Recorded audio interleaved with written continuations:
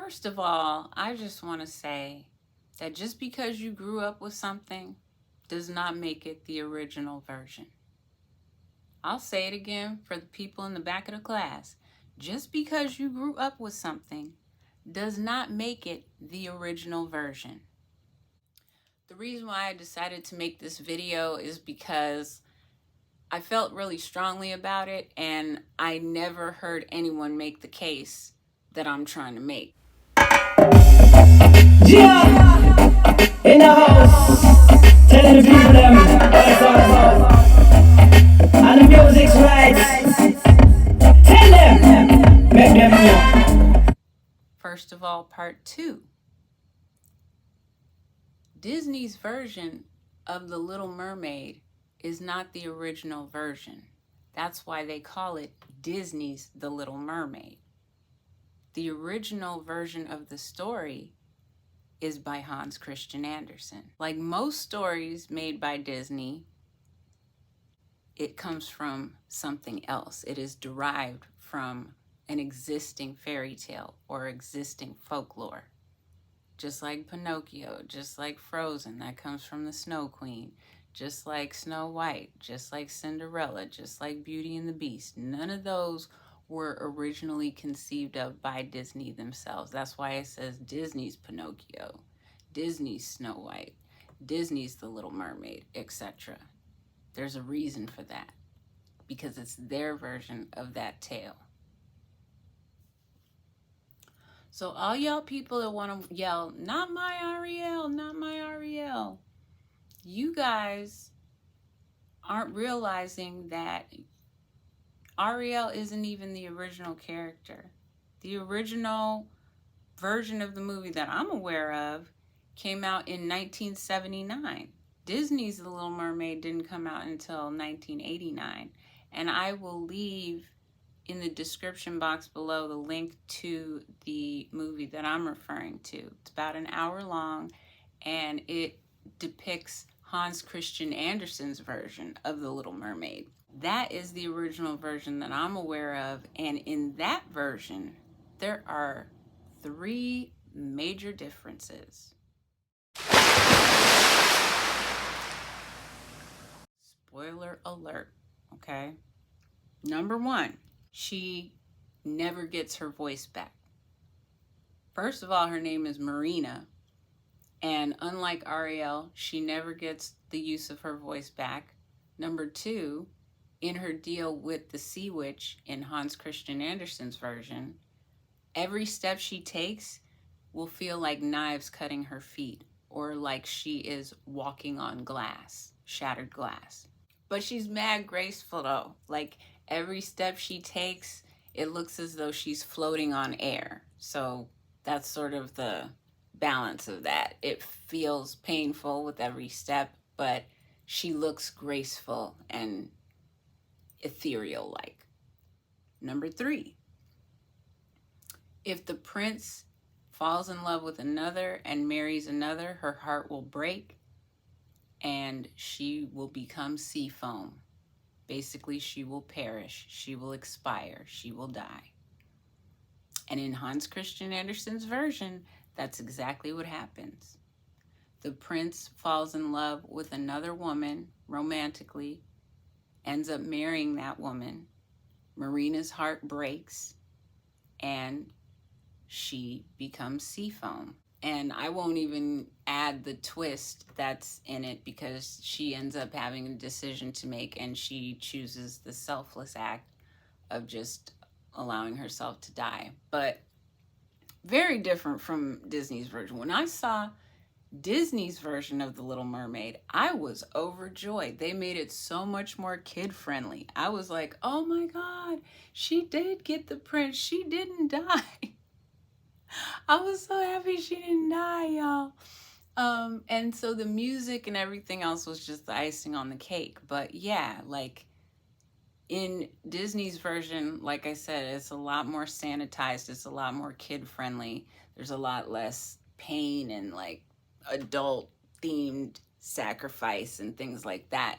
In the end, the Little Mermaid gets what she wants, which is her prince. You know, that's the thing. In Hans Christian Andersen's version, there is no Sebastian. There is no crab to, like, you know, honk on the woman's nose and then the dog to bite her in the butt so that the voice, the shell falls and breaks and the voice travels back to her. There's none of that. In Hans Christian Andersen's version, the wedding goes off without a hitch. He marries another princess. And that's the thing, the prince loves Marina, but it's not a romantic love. It never evolves into that. It remains sort of like a familial or platonic love that the prince feels for Marina.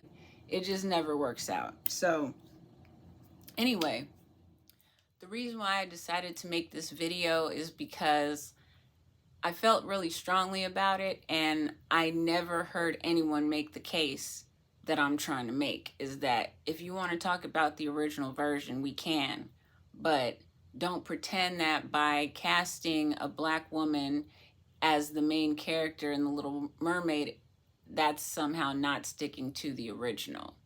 It may not be sticking to the original Disney version, but honestly, The Little Mermaid was derived from Hans Christian Andersen.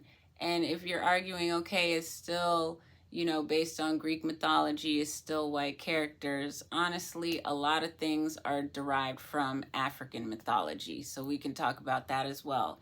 Yamaya, the Orisha of the Omiokun. Okay, she was a water spirit that was revered as a sea goddess. So there have always been black mermaids before there were white mermaids.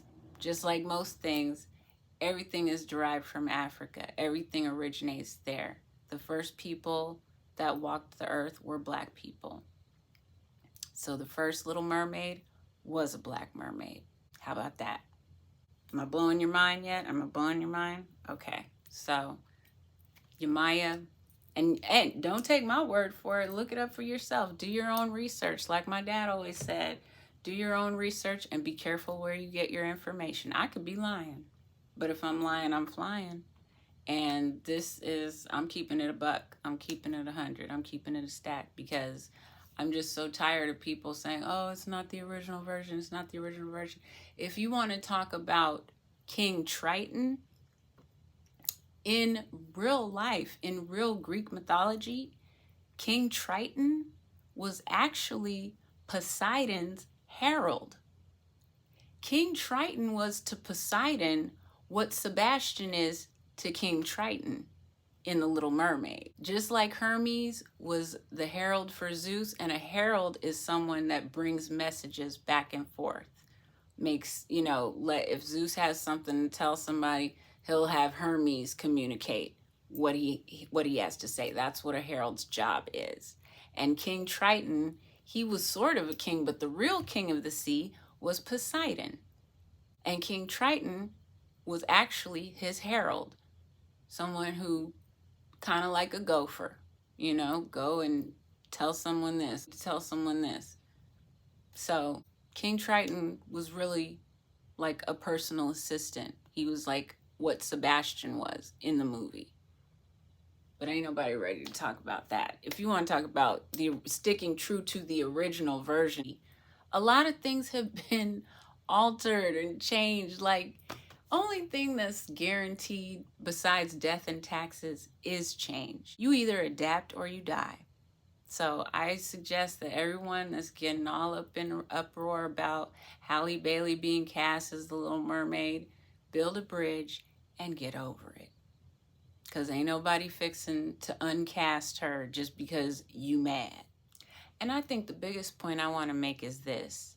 The Little Mermaid is a story about longing, about yearning for something. And I can only speak for Black people, but I gotta say, no one understands yearning and longing the way Black people do.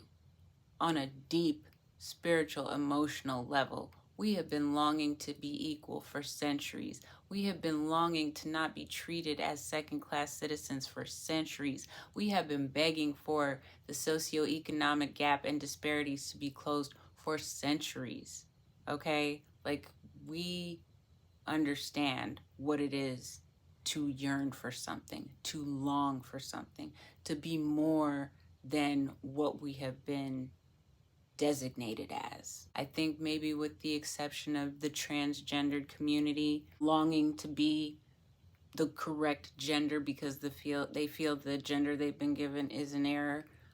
With the exception of them, Black people got the whole longing and yearning thing hands down. We will understand it in a way that white people will never be able to. And that's just facts. You can get mad at me, you can roast me on Twitter, Instagram, YouTube, wherever. This is just facts, period. So I'm standing 10 toes deep in what I got to say, period. And that's basically my point. That and Halle girl, I love you. Halle Bailey, you are it. You are the one. You are the chosen one. And I know you're going to do us proud, period. Period. The Little Mermaid is going to be like the Black Panther. It is going to boom at the box office. Are you kidding me? All you haters, all you people that are mad that a Black girl has been cast in the main character role, you still gonna hate watch it. I guarantee you, you heard it here first on Gia Scott-Heron's YouTube channel. And then y'all still gonna watch it. It's still gonna be a hit. And you know, us Black people, we gonna show up and show out. Halle is anointed, honey. My thing is, if you can't sing part of your world as well as Halle Bailey did, you need to have several seats and a tall glass of mute juice. Actually, that ain't fair, because then can't nobody speak their opinion, including me. I'll say this, if you can't sing part of your world as well as Jodie Benson, the original voice actor for Ariel, the Little Mermaid in the cartoon version, if you can't sing part of your world as well as Jodie Benson, you can have several seats and have a tall glass of mute juice because you don't need to be talking. Halle Bailey is anointed. That girl can sing. Okay, not sing, not S-I-N-G. I can sing. Okay. Most people can sing. Halle Bailey can sing. S-A-N-G. Okay, that girl is anointed. She's amazing. I will be so excited to see The Little Mermaid, and I hope you guys will see it too, and forget all this racial nonsense and all this haterism, and I'll put down the haterade. This is actually lemonade, but not haterade, okay, with strawberry in it. And if you ain't rooting for Halle, you just can't sip with me, I'm sorry. But yeah, shouts out to the G Squad. Shouts out to all my subscribers. If you ain't subscribed yet, please hit the subscribe button. I'm just here trying to find my tribe. So if you like my vibe, then please, won't you subscribe, okay? Okay. So yeah, that's pretty much it for this rant. Thank you guys so much for watching, and I'll see you in the next video.